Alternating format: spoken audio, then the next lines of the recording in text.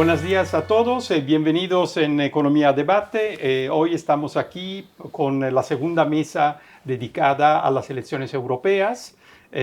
Hablaremos hoy de muchas cosas muy interesantes como los conflictos, la defensa, la digitalización, la inteligencia artificial, la unión fiscal y también el tema de la autonomía energética que se ha revelado en los últimos años absolutamente fundamental. Y lo haremos con ponentes de grandísimo nivel y sobre todo grandísimos expertos en estas materias que voy a presentar. El primer ponente que voy a presentar es Félix Sanz Roldán, que ha sido jefe del Estado Mayor de Defensa y director del Centro Nacional de Inteligencia. Gracias, Félix, de estar aquí con nosotros. Un placer. Vicente López Ibor Mayor, que es doctor en Derecho y graduado en Harvard, es consejero de la Comisión Nacional de Energía, ex consejero de la Comisión Nacional de Energía y preside ahora la Federación Europea de Derechos de la Energía. Gracias, Vicente. Miguel Ferré, doctor en Derecho, senior partner de CREAB, responsable de asuntos públicos, fue secretario de Estado de Hacienda y tiene mucha experiencia en la consultoría, en EY, en Price, etc. ¿no?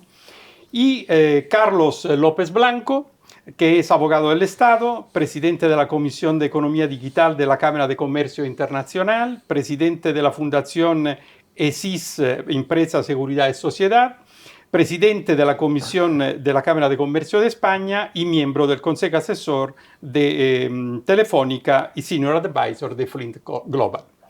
Muy bien, entonces, después de esta presentación yo entraría directamente en los temas considerando que Europa en este momento está viviendo una situación muy complicada, no solo bajo el punto de vista económico, todavía la economía no se ha arreglado, sobre todo muy complicada por los conflictos que estamos viviendo, además muy de cerca.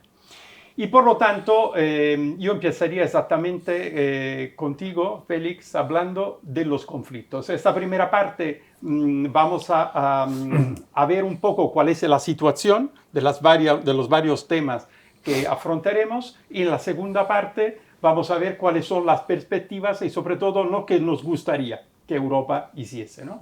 Entonces, ¿cuál es la situación de los conflictos? ¿Cuál es tu opinión sobre este momento y sobre todo la situación actual? Bueno, es complejo, pero trataremos de resumirlo. En este momento la geopolítica está ocupando un espacio superior al que le corresponde.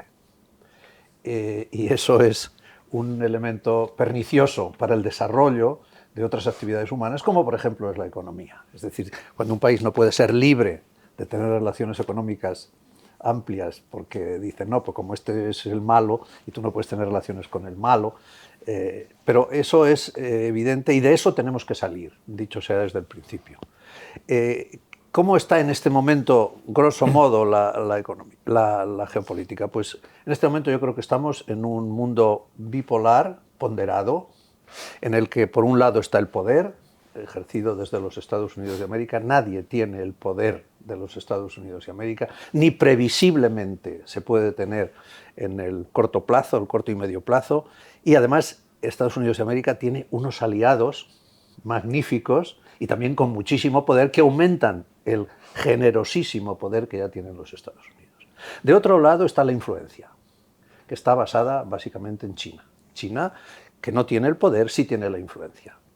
No recuerdo quién decía, bueno, ¿y qué es esto de la influencia? Dice, la influencia es hacer que los demás quieran ser como tú. Bueno, pues entonces China va un poco por ese camino en muchos aspectos de la vida. Y entre el poder y la influencia, entre esos dos polos, hay un mundo amplísimo. Se empezó llamando The West and the Rest, que es un poco, en cierto modo, ofensivo, como del resto, para que los demás somos el resto, somos lo que queda cuando no hay nada importante. Pero sí es verdad que ambos han declarado en sus estrategias nacionales de seguridad que quieren ganar masa crítica. Los Estados Unidos dicen, yo quiero ganar masa crítica. Y dicen además una cosa que no han dicho nunca, Es decir, no me importa que los que quieran venir a mi polo no sean democracias perfectas. Con que tengan sentido de lo que es la democracia, yo los acojo para ganar masa crítica. Y del mismo estilo está el otro. Por tanto, el juego ahora, para tener más o menos masa crítica, es saber con qué polo se va y por qué. Y ahí es donde están las indefiniciones. Los dos, China y Estados Unidos, han dicho muy claro lo que quieren ser y lo han escrito en la pasada conferencia de seguridad de Múnich, lo volvieron a decir muy claro. Pero lo que tenemos que ver ahora es lo que no son ellos, a qué polo quieren ir. O si quieren ir alternativamente a uno u otro. Y ahí están saliendo también muchísimas indefiniciones. Por hacerlo breve, tenemos todo el problema de Oriente Medio, que es tremendo, la eclosión fortísima de Irán, que creíamos, son estos fallos de los servicios de inteligencia, que yo creo que puedo decirlo, que nos creíamos que estaban ahí un poco, bueno, la de cosas que estaban haciendo. Tenemos también el problema de África, grandísimo, y tenemos también el problema de Iberoamérica. Y esa dificultad para definir a qué polo van todos esos elementos hace que también que estén decretándose actividades para atraer a los polos. Y de ahí, pues, por ejemplo, es la ampliación de los BRICS, la creación del banco de los BRICS, en fin, y otras muchísimas que estos señores saben mucho más que yo. Pero la realidad es que el juego ahora, dicho así en pocas palabras, es ese. Alguien habla de multipolaridad. Yo creo que si es multipolaridad, me gustaría que alguien me dijera quién es el tercer polo. Yo no veo ninguno, pero en fin, esto es un poco para empezar el debate. Claro. Muy bien, muchísimas gracias. En realidad, efectivamente, esta globalización de la cual estábamos se ha un poco roto, y aunque todavía estamos condicionados por la globalización, porque no es un caso veniendo a los temas, por ejemplo, de la energía, que estamos absolutamente condicionados por el hecho que Europa ha descubierto de repente que no tiene autonomía energética, y por lo tanto también las políticas energéticas europeas probablemente tendrán que tener en cuenta sistemas como el nuclear, ¿no? Al menos esto es lo que se dice, que quizás en una combinación con otros sistemas evidentemente energéticos, porque solo nada puede ser suficiente a dar más independencia a esta Europa, ¿no? Entonces, ¿cuál es la situación después de la crisis que tuvimos con la invasión de Rusia en Ucrania y la ruptura de las relaciones comerciales en términos de gas, de petróleo? ¿Cuál es la situación de Europa?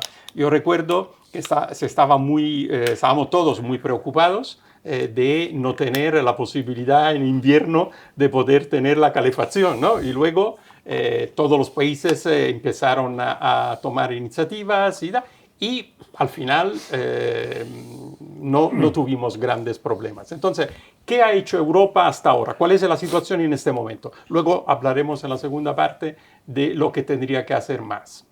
Muy bien, pues muchas gracias de nuevo, un placer estar con vosotros. Como os he explicado, vivimos en un marco geopolítico muy complejo que desde luego afecta a todos los sectores y de manera particular, en este caso, que referenciamos a la energía. La energía tiene una dimensión en sí misma, además geopolítica, extraordinariamente importante, y esta es, no solo en términos europeos, sino internacionales, también una crisis de energía, como tú has subrayado. Es una crisis de energía en una región del mundo que estaba fundamentalmente orientada a promover sus políticas de descarbonización y de transición energética. Y con ocasión de la guerra, lo que sucede, que es una guerra de invasión a un Estado libre europeo, pero que lo es también al conjunto de Europa, es una guerra en el escenario y en el teatro de operaciones europeo, pero que tiene unas consecuencias energéticas extremadamente importantes, porque el invasor es una potencia energética extraordinaria,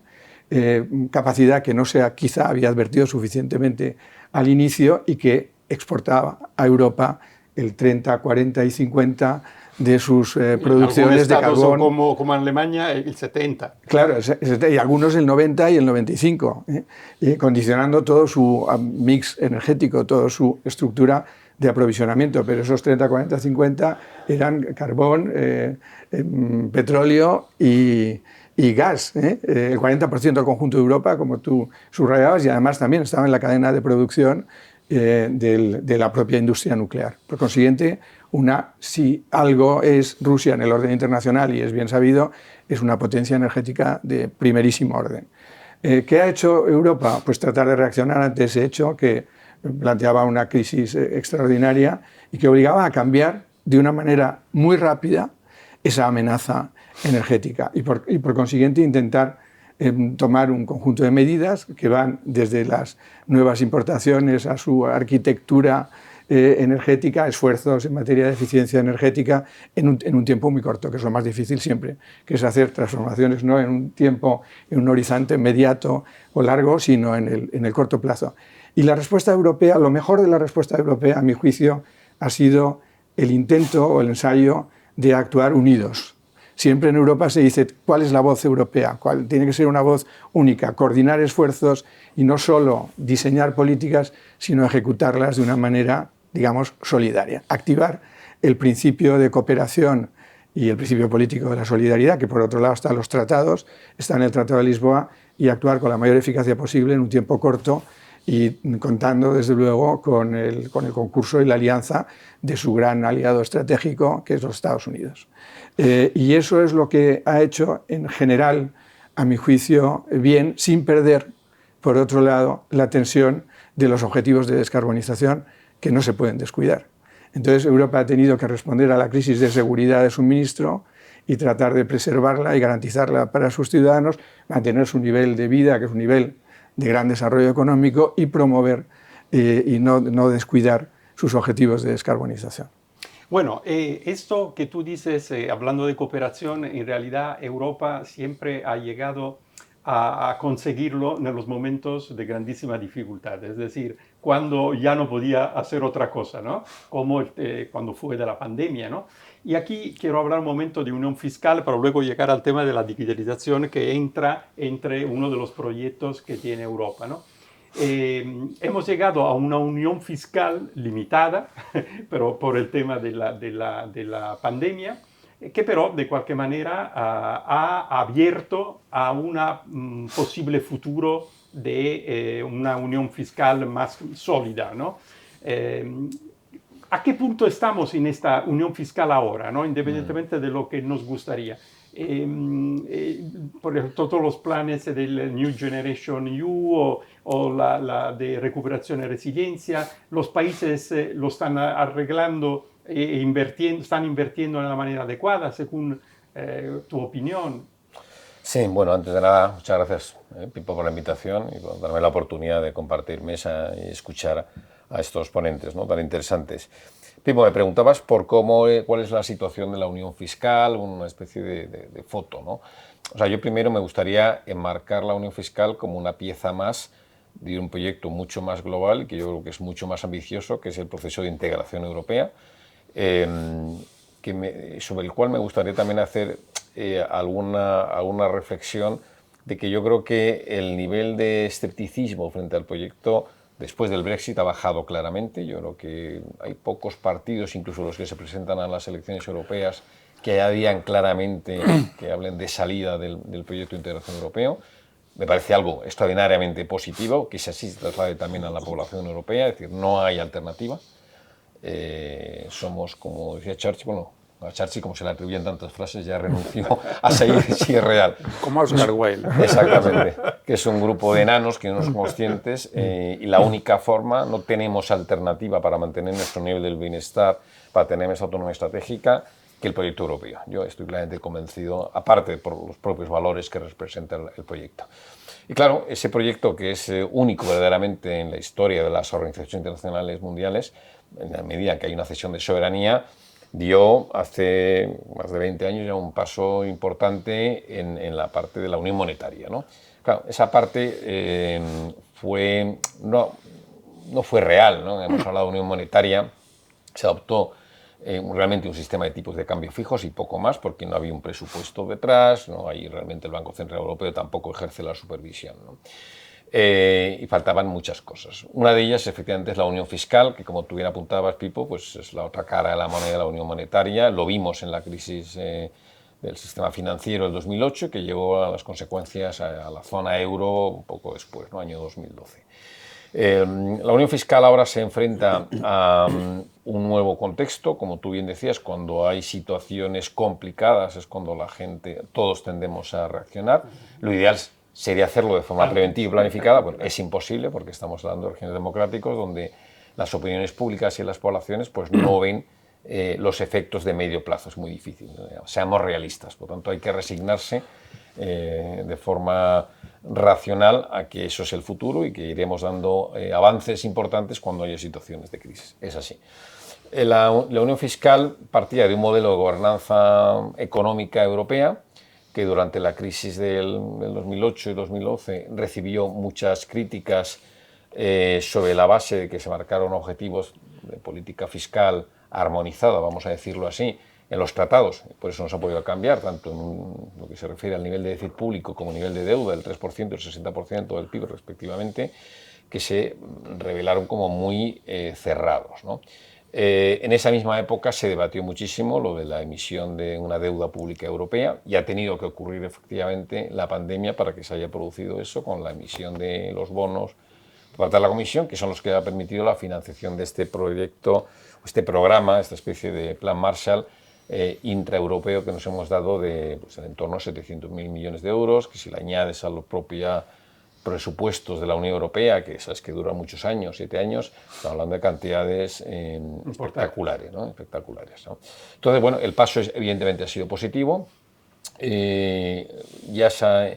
La foto que me preguntabas, Pipo, las reglas fiscales europeas, estas reglas de gobernanza a las que antes me refería, estaban suspendidas durante la pandemia y ahora, como habréis visto por los medios, pues se ha recuperado o se ha actualizado lo que es el Pacto Fiscal Europeo, las reglas fiscales europeas. Recientemente, en febrero, el Parlamento y el Consejo ya llegaron al acuerdo de cuáles deberían ser. El sistema nuevo teóricamente va a ser más flexible, va a ser más a medida. Por lo menos los primeros 2 años. Sí, para cada Estado miembro, pero a la vez entraña también riesgos que no podremos ver hasta que no se vea la evolución de este nuevo sistema. Teóricamente, las partidas destinadas a financiar programas de inversión de la Unión Europea van a quedar fuera de esa especie de recuento de déficit público, y también los gastos por el ciclo, así como por el pago de intereses. O sea, teóricamente, eso permitirá que se reduzcan el llamado déficit público estructural de una manera que no perjudique a lo que es la inversión y la innovación. La integración. Porque realmente también ese es otro gran reto, ¿no? Es decir, el tema en qué modelo de regulación va a tener la Unión Europea en el futuro frente al que hemos seguido hasta ahora. Hemos sido los primeros de la clase, está muy bien, eso también ha servido para exportar modelos de regulación, pero a veces también muy centrados en mantras, si me permites la expresión, que no se corresponden con la realidad. El sector de las telecomunicaciones, Carlos lo sabe, desde el punto de vista de competencia, aspiran a que haya 4 operadores por Estado. En la Unión Europea es una locura. No hay ninguna región en el mundo que tenga esa obsesión por la competencia, cuando ni siquiera está demostrado que eso influya en los precios, ¿no? Entonces yo espero que junto a la Unión Fiscal la visión de la regulación que se haga desde el Parlamento Europeo y desde la nueva Comisión se relaje con franqueza, tanto por la parte energética del Pacto Fiscal como en otros aspectos que afectan a la digitalización, a la inteligencia artificial. Ahora hemos visto con la DMA, con la ley de mercados digitales y la de servicios, que igual estamos imponiendo obligaciones algo exageradas, y el riesgo es que eso ralentice la capacidad de innovación del continente y, en definitiva, nuestro bienestar, Pipo, porque los americanos, con su sistema del common law, pues no regulan, no tienen la obsesión por regular, y cuando pase algo ya lo arreglarán. La parte china, por entendernos, si quieres venir a China, pues tienes que hacer lo que yo digo. Y la parte europea, que hemos combinado ese enfoque, que le quiera venir a la Unión Europea, pues tiene que cumplir con nuestros criterios regulatorios, porque accede a 450 millones de habitantes, pero a la vez también queremos ser respetuosos con derechos de los consumidores de todo el mundo, que está fenomenal, ¿no?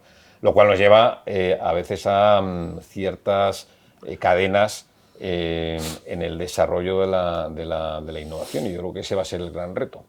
Vamos a ver en qué medida, yo diría, porque yo creo que una cosa no está desligada a la otra, es decir, en qué medida esas capacidades de inversión en programas de financiación de la Unión Europea facilitan esa innovación y por tanto parece que la unión fiscal va a permitirlo, vamos a verlo en 3 años. Y por otro lado, lo que es la regulación ya de los sectores, yo espero que los nuevos legisladores se acerquen de una manera más racional. Mira, este punto de la regulación, y luego ahora venimos al tema digital, es exactamente un punto clave, ¿no?, de la Unión Europea, porque la Unión Europea piensa que su papel protagonista está en la regulación. Lo que pasa es que la economía de un país está en la política industrial, está en tener una estrategia industrial, ¿no?, también tecnológica, y también tener protagonistas en este sector, en este mundo, ¿no? No solo regular a quien está fuera de la Unión Europea, que además es bastante difícil también controlarlo, ¿no? La regulación es necesaria, pero tampoco es tan fácil en este nuevo mundo tecnológico la regulación. Entonces, sistema de la digitalización, considerando que Europa está invirtiendo mucho dinero con estos fondos, ¿cómo lo ves tú de tu visión, decimos, de experto de este tema? ¿Estamos avanzando independientemente del hecho industrial y empresarial? Vamos a ver, yo primero muchas gracias por la invitación y por compartir, no mesa, pero sí sillas con estos caballeros. Vamos a ver, me vas a permitir que suba un poco y luego voy al tema de la digitalización. Estoy por supuesto de acuerdo con el análisis que ha hecho el general, pero yo quería hacer un matiz que se refiere a China. Yo creo que China, como él ha dicho muy bien, busca la influencia, pero aspira al poder. Es decir, China a medio plazo quiere ser un contendiente por la hegemonía mundial. Y esto no es nuevo. Y yo creo que eso es importante, poner a China y luego volveré sobre eso. ¿Qué es lo que nos está pasando? Lo que nos está pasando es que nos hemos despertado del sueño en que nos sumimos con la caída del muro de Berlín. Todos leímos a Fukuyama, que por otro lado el pobre ha tenido la mala suerte de decir una frase brillante que no se ha cumplido, el fin de la historia, y formular una tesis muy brillante y que en ese momento tuvo gran éxito. Y lo que nos hemos encontrado es que, lejos de estar en el fin de la historia, en ese mundo unipolar bajo la hegemonía americana que todos pensábamos ingenuamente a final del siglo XX que íbamos a vivir, pues nos encontramos una vez más pues con que el mundo es complejo, el mundo es conflictivo. No es nuevo. Tuvimos el gran juego, el Great Game, a finales del siglo XIX, 2 guerras mundiales en el siglo XX, y hemos tenido muchos años con un mundo bipolar, que nosotros en los años finales de los 80 pensamos que estaba acabándose.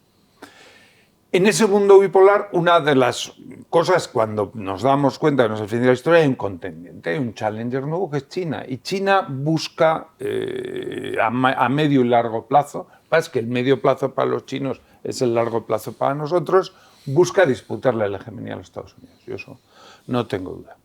Y el campo de juego en el Great Game de finales del siglo XIX era el dominio colonial. En la segunda parte del siglo XX, la supremacía militar, y hoy el campo de juego es la supremacía tecnológica. Es ahí donde China y Estados Unidos están jugándose el juego de la hegemonía mundial. En la tecnología, no tanto en la inteligencia artificial, porque la inteligencia artificial es un concepto del que se usa y se abusa extraordinariamente porque engloba muchas cosas. En realidad, donde se están disputando la hegemonía mundial a medio y largo plazo chinos y americanos es en la computación cuántica, que ahí es de verdad donde hay unas barreras de entrada para cualquier otro país, de competitividad, de volumen de inversión, etc. Y que es evidentemente la base tecnológica a partir de la cual la inteligencia artificial va a dar prosperar. Un nuevo salto. Claro. Un nuevo salto, más que prosperar. Entonces, por tanto, eso es, primero, hemos vuelto al mundo bipolar. Segundo, en este mundo bipolar, en la lucha por la hegemonía, el terreno de juego es la tecnología. Y ahí la pregunta es, ¿Europa dónde está? Exacto. Vamos a ver. Europa entra en el siglo XXI con unos augurios muy negros. Es decir, el siglo XXI, todo el mundo dice, en el mundo del siglo XXI ya todo el mundo se da cuenta que va a ser el mundo de la tecnología. Europa, que va a ser el gran parque temático para el turismo chino y un poquito americano, se va a quedar descolgado de esto. Y el diagnóstico, el primero que lo compra es Europa. El primero que acepta que esa es la realidad. Hay una pregunta terrible, terrible, que ha torturado a la Unión Europea y a muchos europeos, es ¿por qué no hay un Google europeo? ¿Por qué no somos capaces de crear empresas de Internet tan prósperas? Y esa era la pregunta equivocada. ¿Por qué no? No hemos tenido un Google por infinitas razones, pero lo que era un esfuerzo estéril era intentar artificialmente recrear un Google. Es decir, ¿cómo hacemos con fondos públicos, con regulación, crear un Google? No Bueno, se puede. era No se tarde, puede. vamos. No se puede. También. No, claro, por eso. Entonces, ¿qué es lo que escoge y qué dice? ¿Cómo reacciona a esto Europa? Europa, pues escogiendo el terreno de juego donde por historia y por tradición mejor sabe moverse, que es la regulación. Y empieza por una ley típicamente europea, extraordinariamente compleja, muy difícil de digestión, que es el Reglamento General de Protección de Datos. Y ante la sorpresa de propios y extraños, sobre todo de propios, se encuentra con que se convierte en el estándar de facto en materia de protección de datos en el mundo digital. Entonces, de repente, en Europa, alguien dice, la Comisión Europea, fundamentalmente, nuestra misión en el siglo XXI es ser el rule setter del mundo digital, el que fije las reglas del mundo digital. Y vamos a intentar, a través de las reglas, De controlar de cualquier ejercer manera. nuestra influencia en el mundo digital del siglo XXI. Esto yo creo que tiene un cierto sentido. Yo creo que el mundo digital necesita regulación. Yo creo que además Europa sabe regular, pero como ha dicho Miguel, el problema es que es difícil encontrar los equilibrios de la regulación. Y Europa no siempre los encuentra. No siempre los encuentra. Y además, o los busca mal. Es decir, una cosa que ha dicho Miguel importantísima. Yo creo que parte de los problemas que tenemos ahora desde el punto de vista regulatorio en sentido amplio en Europa no son tanto de la regulación como de la política de competencia. Que es porque algunas de las cosas de la regulación digital son muy complejas, pero bueno, el Reglamento de Protección de Datos nos ha demostrado que una norma compleja más o menos puede producir sus efectos. Yo creo que el problema básico está ahí. La otra pregunta es, ¿esto es suficiente? No. Y eso es lo que Europa tiene que ser consciente. Es decir, no se puede fundamentar la competitividad de Europa en el mundo digital solo en la regulación. La regulación es un aspecto que le puede dar a Europa cierto liderazgo. Ni tampoco aspirar ingenuamente a tener un Google europeo, un Apple europeo, un Facebook europeo y además ser líderes en computación cuántica e inteligencia artificial. No se puede. No se puede.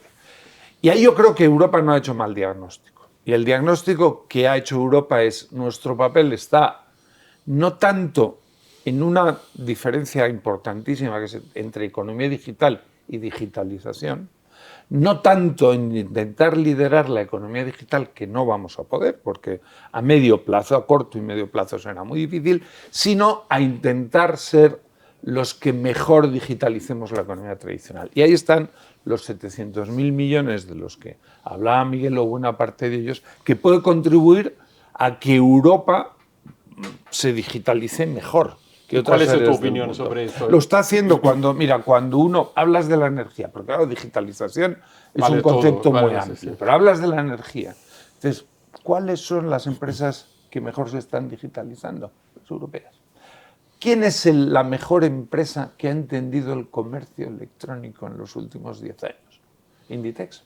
Inditex han hecho una transformación de empresa tradicional que quita el IVA. Bueno, ha entendido muy bien cuáles son las reglas del juego, ha entendido muy bien que su ventaja competitiva estaba en hacer un comercio electrónico que se apalancara en sus tiendas físicas. Lo ha entendido mejor que nadie. Los bancos europeos están mucho más digitalizados que los bancos alemanes. Por tanto, yo creo que Europa ahí no lo está haciendo mal. No lo está haciendo mal porque por fin ha encontrado un camino que no es ingenuo, que es práctico y que también parte de las propias limitaciones de Europa. Lo que nos tiene que preocupar es, cada vez que oímos a la Unión Europea decir que Europa en los próximos años quiere ser líder en inteligencia artificial. Eso no puede ser. O quiere ser, lo podrá ser si ese proceso de digitalización es un éxito y Europa en unos años acaba generando una demanda tecnológica muy sofisticada que a su vez genere una producción de servicios igual de sofisticados. Y sobre esto luego hablaremos, cuál es tu opinión y tu visión. Volvemos al tema de los conflictos, ¿no? La situación geopolítica es compleja porque no solo están las elecciones europeas, están 76 elecciones en el mundo en este momento, en este año estarán. Una de las más importantes, aparte de Europa, es Estados Unidos. Y sabemos que la visión de Estados Unidos, como tú decías, Félix, es una visión de un país que sigue queriendo ser líder, ¿no? en el mundo, ¿no? Y aunque con distintas facetas y intensidad en función de si Biden, por ejemplo, gana las elecciones o si Trump gana las elecciones. Y a raíz de esto, la influencia de lo que va a pasar en Estados Unidos sobre Europa es muy importante. Y en función de los conflictos que estamos viviendo, se está hablando mucho de la posibilidad que Estados Unidos pretenda de Europa más inversión en la esfera militar, de cubrir a través de la OTAN Europa, pero que Europa también haga sus deberes, que no sea solo Estados Unidos a resolver los problemas como siempre ha estado, efectivamente, en buena parte. Al mismo tiempo que un Trump ganador podría intentar de dividir Rusia de China, que es otro tema, porque yo creo que a Estados Unidos no le gusta mucho esta combinación entre Rusia y China, que además son adversarios, o sea, siempre lo han sido, que en este momento se han coalizado, ¿no? Entonces, la situación es complicada. Y en esta situación se está hablando de defensa común. Defensa común y, como decía Miguel, a través de fondos comunes, porque, claro, los países tienen problemas a invertir bastante más digamos, hacer inversiones militares cuando los temas sociales todavía no se han arreglado, ¿no? Entonces, ¿cómo ves tú esto de la defensa común? Si esta defensa común puede sumarse a la OTAN sin crear una contraposición, evidentemente, y si efectivamente es tan urgente. Hoy se habla, de vez en cuando sale alguna declaración que estamos en el anteguerra. El primer ministro de Polonia ha dicho esto, que la Rusia, si no mañana, en 2 años, podría atacar la OTAN. Yo no me lo creo, honestamente, pero es un tema que, aunque sea lejano o sea sean solo declaraciones, quizás es oportuno estar preparados. Entonces, ¿cómo la ves tú? Y sobre todo, ¿efectivamente considera que es urgente esto? ¿Y cómo se puede organizar una defensa común? Bien, aquí en primer lugar debemos recordar que hubo un gran aldabonazo sobre que los europeos deberíamos ser autónomos en nuestra seguridad y defensa, y es con la retirada de los Estados Unidos de Afganistán. Los Estados Unidos se van de Afganistán y dicen que no solo se van de Afganistán, sino que se van de Europa, que se van al Pacífico, que crean AUKUS. Curiosamente creíamos que iba a ser una sigla que no iba a significar nada, y hoy tenemos en Washington una cumbre de AUKUS que está dando mucho que hablar. Pero ahí nos damos cuenta de que si se van los Estados Unidos, ¿y ahora qué? Tenemos una cierta sensación de orfandad. Deberemos hacer algo. Pero esa reflexión ya se produjo en Maastricht en el año 1992. Y en Maastricht, en el primer tratado de la Unión, ya se dijo, vamos a hacer una política exterior y de seguridad común que con el tiempo se convierta en una política de defensa común e inmediatamente en una defensa común. Año 92. Nos encontramos 30, 40 años después en el que verdaderamente en ese aspecto prácticamente no se ha progresado nada. Y entonces viene la cuestión que también planteas, es de cómo hacerlo. Yo creo que ni siquiera hemos tenido ganas de hacer una reflexión seria sobre esto. Si se va viendo la evolución de los tratados, nos vamos dando cuenta de que la defensa colectiva dentro de la Unión Europea no se quiere lograr. Y desde luego lo que no se quiere lograr en absoluto son esas instituciones europeas que estén por encima y que vayan a generar... Echamos mucho la culpa que como estaba el Reino Unido, pues que claro, el Reino Unido era el que ponía palos en la rueda para que OTAN prevaleciera como la gran institución para la defensa de Europa, pero hemos visto que se han ido los Estados Unidos, perdón, el Reino Unido, y seguimos todavía con problemas políticos insolubles. Hay mucho debate sobre muchas cosas, porque claro, hablar es muy fácil, pero hay que pasar de las musas al teatro. ¿Cuántas veces a mí me habrán preguntado en mi vida anterior, tanto como GEMAT como en el CNI, oiga, ¿y para cuándo el ejército europeo? A mí me lo han preguntado hace 15 años, y me lo preguntarán hoy posiblemente, y el año que viene. Porque bueno, como idea está muy bien, pero nadie ha hecho nada para aproximarse a tener una institución así. Hemos hablado de muchísimas cosas, muchísimos conceptos que nunca se han implementado. Me acuerdo cuando se hablaba que las fuerzas OTAN y las fuerzas Unión Europea eran separables, pero no separadas, por ejemplo. Y todos estábamos tan felices diciendo que lo único que había que hacer era cambiar a los soldados el parche de la manga. Si iba a una misión OTAN, se ponían el parche de OTAN. Bueno, todo eso nunca se ha hecho un debate serio porque no ha habido ninguna voluntad de crear una institución fuerte relacionada con la defensa europea. El primer ejemplo es que es algo profundamente antidemocrático, y si no profundamente, quitadlo, pero sí antidemocrático. Y es que los ministros de defensa de la Unión Europea no tienen foro.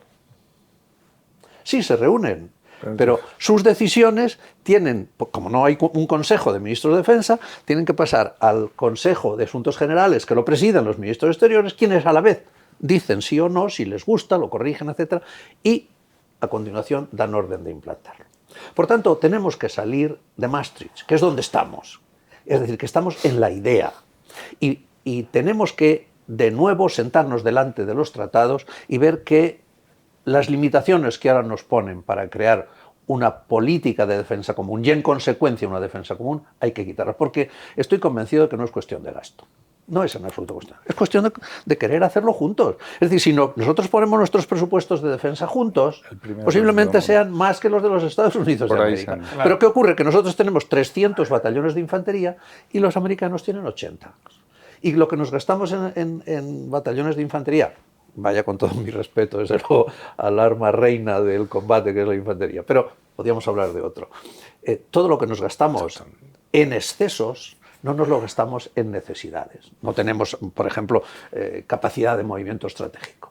Bueno, pues el converger en planeamiento, el que haya al menos un órgano director en la Unión Europea que pueda dirigir la convergencia, es fundamental. Y eso aún no se ha hecho.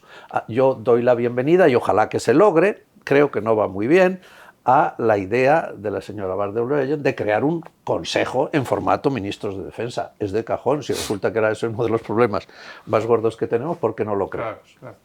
Yo aquí, perdona, si quiero añadir una cosa que no sé cuál es tu opinión, que aquí no es solo una cuestión de coordinar la producción, la compra de armas, cada país luego tiene una cantidad de armas que a veces se solapan y otras que faltan, etc.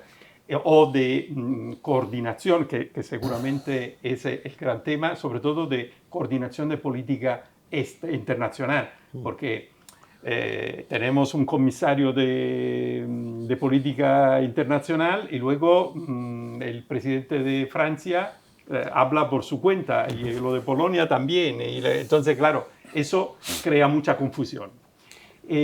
Pero existe un problema también de producción y de materias primas. Ahora, por ejemplo, tenemos un problema de pólvoras. ¿Por qué? Porque las pólvoras, la nitrocelulosa, se encuentra en China. Y si en esta contraposición entre, decimos, menos comercial y menos abierta respecto al pasado, hacer proyectiles o municiones sin materia prima podría también ser un problema. Entonces, quiero decir, existe un problema también de una visión que va más allá, ¿no? Imagino que es el tema de la producción, el tema de la compra de lo que sirve para hacer no, yo creo armamentos. Que si inventamos la nitrocelulosa hace 6 siglos, pues ahora decir que Europa no tiene capacidad de producir nitrocelulosa, pues vamos, sencillamente no es verdad. Y si eso fuera verdad, sería para avergonzarse. Lo que no queremos es hacerla, no hemos querido hacerla. Exacto, pero ¿Qué elemento de reflexión más importante que el de que ahora digamos que para una guerra local, en un territorio muy local, que es Ucrania y Rusia, no tenemos munición? Pues ¿qué hubiera pasado si hubiera venido el Pacto de Varsovia con todos sus carros de combate? Claro. Que estaban los americanos. ¿Qué hubiera ocurrido? Por tanto, no se trata de que podamos o no podamos, se trata de que hay otro ejemplo que es la creación de la Agencia Europea de Defensa. Con la Agencia Europea de Defensa hay un gran proyecto en el que todos los europeos nos veamos en relación con un instrumento europeo para la defensa que sea único, de alta tecnología, que todos necesitemos, que podamos vender a otros. No. ¿Y cuánto hace que existe la...? Pues yo creo que la Agencia Europea de Defensa se creó en el año 2009, si no me equivoco. Porque por un error de nombres creyeron que yo iba a ser el director. Por error de nombres, porque coincidían, ¿no? Pero la historia, entonces, es que tenemos que tener voluntad. Y no tenemos que tener miedo. Claro. Porque es mejor también para la OTAN. Sí es mejor también tener un aliado uno y único, fuerte. Claro. El poder... No, no hay ninguna razón. Está en esto, ¿no? No hay ninguna razón. ¿Qué hay? ¿Cuál es la razón? Los Estados miembros de la Unión Europea han tenido miedo a perder su capacidad de defensa autónoma, diciendo, si yo le doy todas mis capacidades a una organización, si verdaderamente las necesito, luego tengo que pedir las voy a tener. Entonces siempre nos estamos guardando un trozo que es de autonomía defensiva, que no es bueno. Y que además tenemos que educarnos a... Pero si además estamos educados en la OTAN. Es decir, nosotros le damos todas nuestras fuerzas a la OTAN, todas, sin ninguna limitación. Porque creemos que a través de la OTAN vamos a estar perfectamente defendidos. Y a través de la Unión Europea no. ¿Por qué a través de la Unión Europea no? Sentémonos a hacer una estructura que sea capaz de emplear el mismo esfuerzo en una única dirección que emplea la alianza. Y podemos hacerlo. Claro, y entonces también a nivel de política... Pero también hace falta, y perdón la interrupción, hay que retocar los tratados. Sin duda. Es decir, los tratados dicen que la defensa es de cada Estado. Hay que retocarlo. Y andamos con la cláusula de solidaridad. Eso que esto de la unanimidad es tremendo. No, y la cláusula de solidaridad, y andamos también que es si hay inundaciones. O sea, si hay inundaciones o hay fuegos, entonces sí, vamos todos. Pero en cambio, si hay un ataque a uno de los miembros de la Unión, no vamos los demás. Claro. Bueno, vamos a sentarnos en serio, y yo doy la bienvenida a ese paso tan importante que ojalá se materialice, de crear al menos un Consejo de Ministros de Defensa. Muy bien. Muchísimas gracias, Félix. Perdonad que he sido un poco largo. No, pero siguiendo muy tus instrucciones. Y perdona si te he añadido una pregunta, pero me parecía importante. Esto de la política, una política industrial, de lo que necesitamos pedir siempre a los demás, creo que también es importante. Hablando de taxonomía eléctrica, a raíz de lo que tú has dicho antes, ¿cómo va a cambiar? Si va a cambiar, y sobre todo, llegaremos a un punto en el cual la energía que se produce en Europa tenga conexión entre los países europeos antes de vender la energía fuera de Europa, porque pasa también esto. No solo la compramos, a veces la vendemos, y mientras que están algunos países que tienen más problemas que otros. Sí, muchas gracias, Josep. Si me permites, porque se han hecho varios comentarios respecto de la energía, solo para fijar un poco posición en dos cosas. En el qué, que se ha señalado con relación a Europa en la energía, para sumarme desde luego a la importancia y al compromiso europeo. Creo que en principios y en valores es indiscutible que Europa es no solo necesaria y fundamental, y estas elecciones serán, espero, reveladoras al respecto, porque es el gran momento del pluralismo político, participación y finalmente representación, que es para la toma de decisiones que estamos diciendo. Pero Europa nace con la energía. En la declaración Schuman, la declaración Schuman del 9 de mayo de 1950 es energía, hasta el punto de que un periódico belga habla de la bomba Schuman, porque dice la solidaridad, de hecho, que son realizaciones concretas, en definitiva, la plasmación de un compromiso político de hacer cosas que van más allá de un mercado común. Y yo creo que eso es muy importante. Y empieza la energía, aunque luego la política energética llegue en el Tratado de Lisboa mucho tiempo después, que estoy de acuerdo, necesita ser ya reconsiderada la apertura a una conferencia intergubernamental cuando sea, pero evidentemente los tiempos son distintos. Pero en el qué, completamente de acuerdo. Yo creo que ahora, como dices, el tema es el cómo. ¿Y cómo hacemos esto? ¿Cómo lo ponemos en marcha en materia de energía? ¿Con qué regulación? Porque la regulación no es tanto si es buena o mala, es qué tipo de regulación. Si la regulación al final lo tienes que ordenar el sistema y el marco de juego. Y entonces, para mí hay varias cosas que Europa debería hacer ya un poco contrarreloj, en beneficio de su mayor competitividad, de su mayor eficiencia, de su mayor productividad también en el campo de la energía. Porque todos los grandes capítulos, infraestructuras, mercados, tecnologías y regulación, están encima de la mesa. En infraestructuras, no solo por las infraestructuras críticas que hemos comentado con ocasión de la agresión rusa a Ucrania, sino en general el sistema de seguridad del suministro se ha tenido que ver reforzado. En tecnologías, porque hay muchas nuevas tecnologías y hay una gran innovación en energía, muchas veces convergente con la digitalización y la transformación en todos los efectos en ese ámbito de las comunicaciones y telecomunicaciones. Hay nuevos mercados. Hay los mercados centralizados que han sufrido alteraciones de precios como consecuencia de las crisis internas y sobre todo exteriores, pero hay nuevos mercados descentralizados que hay que tener en cuenta. Y hay nuevas realidades, como tú dices, en la clasificación regulatoria, taxonomía. Entonces, hay que combinar las energías existentes, la energía nuclear, el gas natural, con la energía que viene. No solo con tecnologías y energías primarias, sino con vectores. Recordemos que la electricidad es un vector de transformación de energías primarias. Y ahora tenemos otro vector, que es la digitalización, y otro vector en los hidrocarburos, que es el hidrógeno. Cualquiera que sea su color. Si es verde, pues mejor, pero en fin, aprovechemos todo lo que tengamos. Y yo creo que eso es lo que hay que poner encima de la mesa con una política muy proactiva. Los Estados Unidos, a los que se refieren, yo creo que tan solventemente todos mis compañeros y a los que tanto aprendo, los Estados Unidos reaccionaron los 2 últimos años con gran determinación, no solo con la Inflation Reduction Act, sino que hay una ley muy importante, un acto americano, que es la Energy Security Act del año pasado, que lo primero que dice es simplificación, agilización, anticipación, el DIC once, es decir, si vas a hacer una zanja, hazlo para todo, hazlo para telecomunicaciones, hazlo para transporte ferroviario, claro, integración. Ahora son ecosistemas, son plataformas que luego se escalan. Y lo que no tiene sentido en materia de regulación, a mi juicio, y esto, perdonar, es un aspecto quizá muy técnico, muy jurídico, es que hay que hacer un gran esfuerzo de simplificación y de codificación.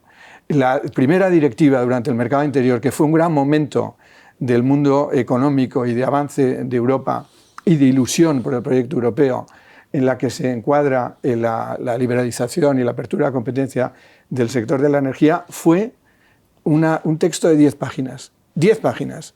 Ahora, si sumamos los últimos reglamentos de lo que habéis referido, que son los minerales críticos y la Net Zero, el plan industrial europeo, son más de 400 páginas. No es tanto el número de páginas, sino evidentemente la carga burocrática y la falta de claridad absoluta de objetivos que hay que determinar en ese campo. Yo creo que aquí hay que ser muy práctico, hay que simplificar, hay que agilizar, hay que codificar, determinar objetivos, fijar prioridades, y eso es una gran oportunidad para Europa para avanzar, porque hay muchos temas nuevos y Europa tiene una gran capacidad de ponerlos en común, pero hay que fijar prioridades. El ejemplo del Consejo de Ministros de Defensa sería perfectamente aplicable al ámbito de la energía y clima y a tantas otras cosas. Falta la coordinación. Y la voluntad política, que es absolutamente fundamental. Claro, esto depende de los primeros ministros de los estados. Claro, la voluntad política es fundamental. Carlos, el tema hemos hablado de defensa, el tema de la seguridad va más allá de la defensa militar, ¿no? En el sentido que es verdad que todo el mundo se imaginaba que la guerra moderna fuera una guerra distinta y es híbrida en realidad, pero luego seguimos combatiendo con carros armados, con escopetas y etc. Cuando en realidad la tecnología nos está poniendo frente a muchos más problemas y potenciales y también en cualquier manera que se están ya concretizando, por ejemplo, en la mala información, en la gestión de la información de manera, ¿cómo decir? Digamos, con un objetivo de guerra, del fondo, ¿no? De crear confusión, de destabilizar estados, de hacer llegar a ganar las elecciones a quien es más cercano a la ideología que interesa, etc., ¿no? Entonces, ¿cómo el tema de la tecnología y el tema, y aquí la regulación quizás tiene mucha relevancia, y el tema de la inteligencia artificial y también el tema del espacio, porque otro frente donde la guerra entre los grandes líderes mundiales es el espacio también, el control de los satélites. Entonces, ¿cómo esto tú ves que se puede de cualquier manera manejar sin que tenga un reflejo nefasto para nosotros? Vamos a ver, primero yo quería un par de comentarios. Una de las cosas que tú has dicho sobre las declaraciones del primer ministro de Polonia, Rusia no se ve igual si la tienes ahí al lado que si estás a 4.000 kilómetros. Entonces aquí Rusia como amenaza se ve distinta. Está claro. Entonces cuando tú abres tu frontera y tienes a Rusia, no es lo mismo que vivir confortablemente en el sur de Europa. Segundo comentario que tiene que ver con todo lo que estamos hablando. Quiero recordar que fue Jean Monnet, si no fue uno de los padres fundadores, que decía que la Unión Europea, que la Europa avanza a base de crisis. Y es lo que nos está pasando en materia de defensa y en materia de seguridad. ¿Qué es lo que nos encontramos aquí? En materia de seguridad, que Europa vive una contradicción. Por un lado, como ha explicado muy bien el general, estas materias están fuera del tratado y están dentro de las competencias nacionales, pero por otro lado, en el mundo del siglo XXI ya no hay amenazas locales. Todas las amenazas son globales. Claro. Y Europa vive esta contradicción.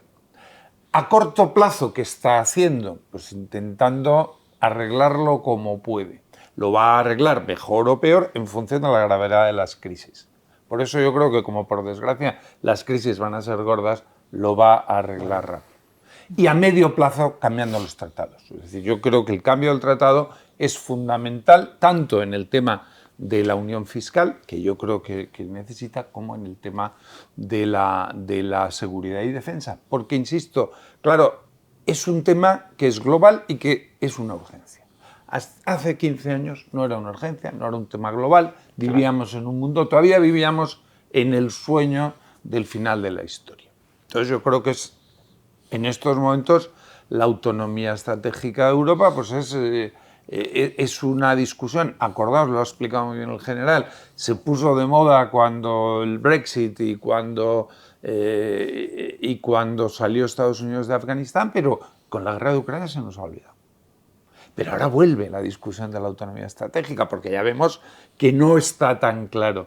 Y yo creo que en una de estas crisis el tema de la defensa pues lo vamos a tener que arreglar.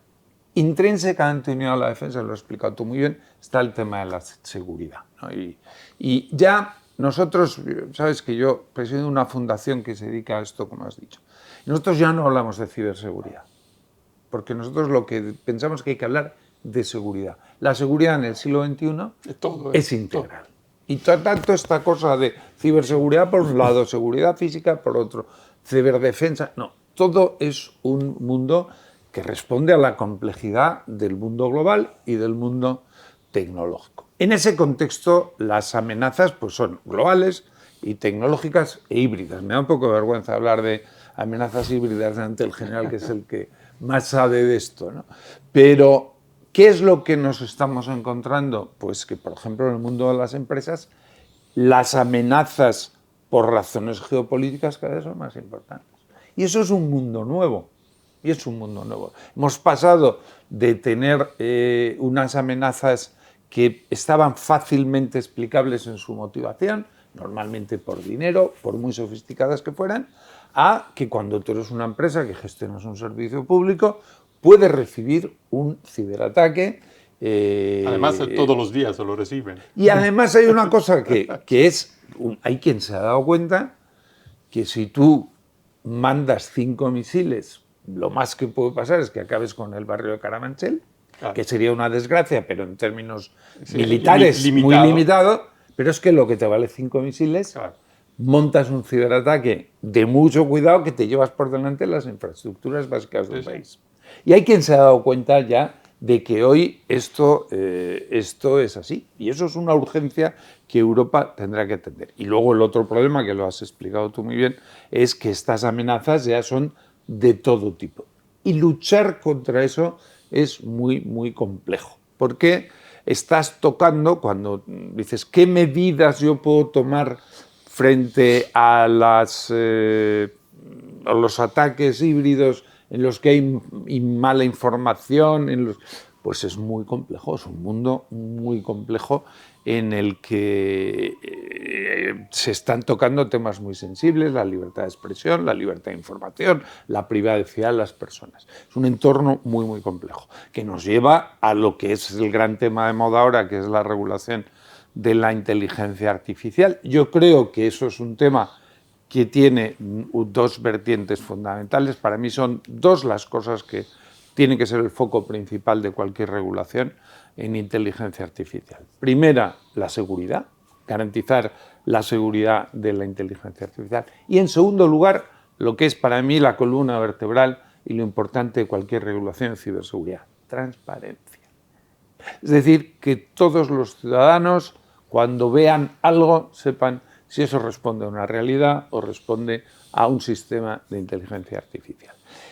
Pero eso cuando en el mundo civil es relativamente complejo, pero se puede manejar, pero cuando estás hablando del mundo del ciberataque, que además es híbrido, que además pues es un mundo extraordinariamente complejo. ¿Me permites una postilla? Sí. Perdón, porque como has hablado de las unidades fiscales, defensa, etcétera, eso lo quería decir, que si hubiera una eventual reforma del tratado, desde luego una pieza fundamental sería la unión energética, que está ensayada como política, la suma de política y mercado, y que yo creo que sería muy conveniente estar en la línea de autonomía que uno señalas. de los sectores más a riesgo también, ¿no? Porque además más nos digitalizamos, más a riesgo somos, ¿no? Claro, exacto. Y quizás un día tendremos que hablar también de la identidad digital, que quizás es una de las soluciones, ¿no? Tenemos muy pocos minutos y hemos casi cumplido, pero yo sé que tú tienes capacidad de síntesis. El tema de la unión fiscal, para hacer un poco todo lo que hemos dicho, porque la unión fiscal ahora, como tú decías, se convierte casi en una necesidad. Compartimos lo que hemos dicho y sobre todo las necesidades de Europa. Sí. No, absolutamente, no. Yo creo que ese es el camino que hay que seguir, porque creo que no hay alternativa. Se están planteando con la complejidad del mundo actual en la parte energética, digitalización de que hemos hablado, en temas de geoestrategia, que las necesidades comunes van a ser crecientes, que no hay tampoco respuestas alternativas individuales, nacionales, y que realmente las efectivas son las respuestas comunes, comunitarias en ese sentido, y europeas. Y para ello hará falta crecer en esa parte del mundo fiscal, que insisto, estamos ahora en un momento de una foto muy concreta, pero que el medio y el largo plazo sí que nos debería llevar a avanzar. Aunque no hay que ser ingenuos, vamos a encontrar con resistencia a los estados nacionales y a las opiniones públicas, porque al final los gobiernos transmiten lo que las poblaciones dicen.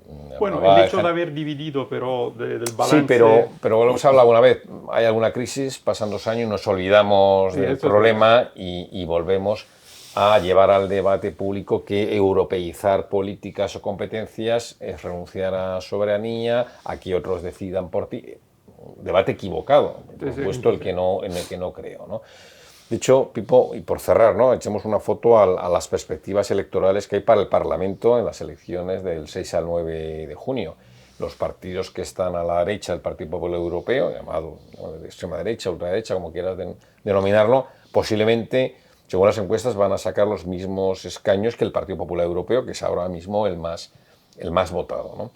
Es cierto que hay 2 fuerzas que son distintas, uno que son donde estaban los conservadores, que eran los conservadores y reformistas europeos, y luego lo de identidad y democracia, que es, digamos, otro tipo de enfoque en el que no se puede, a lo mejor, desde luego, apoyarse, ¿no?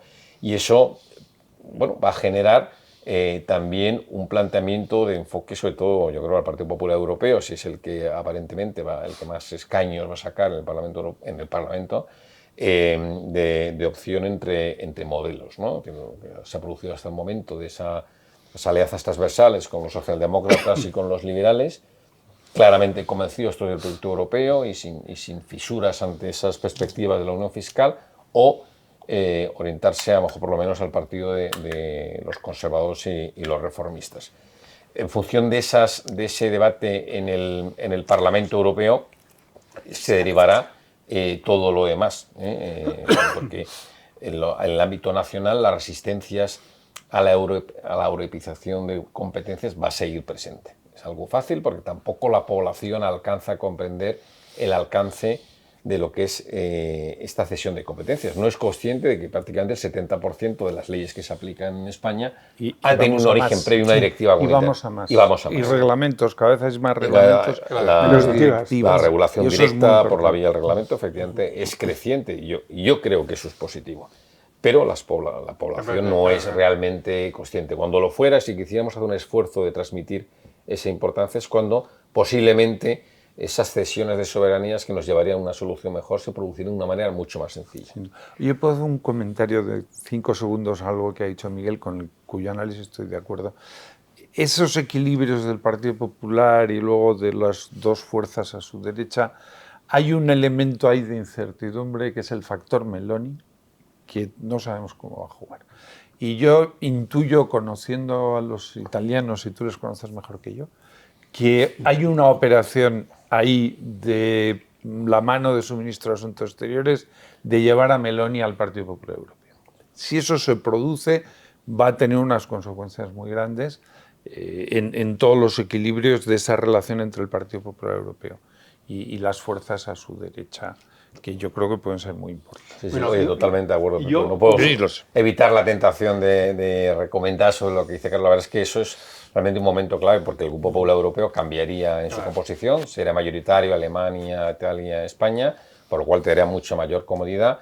Y Carlos, si permites, luego está el partido húngaro, Fidesz, que tampoco sabemos dónde puede acabar, si estuvo en el Grupo Popular, ahora posiblemente en conservadores y reformistas, y eso puede también generar dificultades dentro del propio Grupo Popular Mientras Europeo. esté Orbán, seguirá donde está. Otra cosa es que desaparezca Orbán. Tiene un poco de problemas en este momento Orbán. Pero mientras tenga el poder, Fidesz está va a seguir donde está. Yo, se me permitís, como italiano,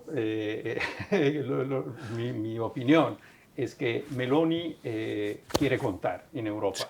O sea, ella está absolutamente convencida que en Europa Italia tiene que tener un papel, primero porque es uno de los fundadores y segundo porque es la única manera para también hacer el interés del país, porque claro, si tú no estás en la situación de mando, eso no es posible. Que el partido, cioè che Meloni pase al Partido Popular. Tiene un Cicerone para hacer esa operación. Se alía a través del Partido Conservador con los populares, bueno, es quizás más fácil, pero es una posibilidad a la cual ella está trabajando. No es un caso también esta relación un poco más estrecha con la von der Leyen, independientemente del hecho que en este momento no parece tener grande posibilidad de ser la líder del Partido Popular. Pero bueno, decimos que podría cambiar algo.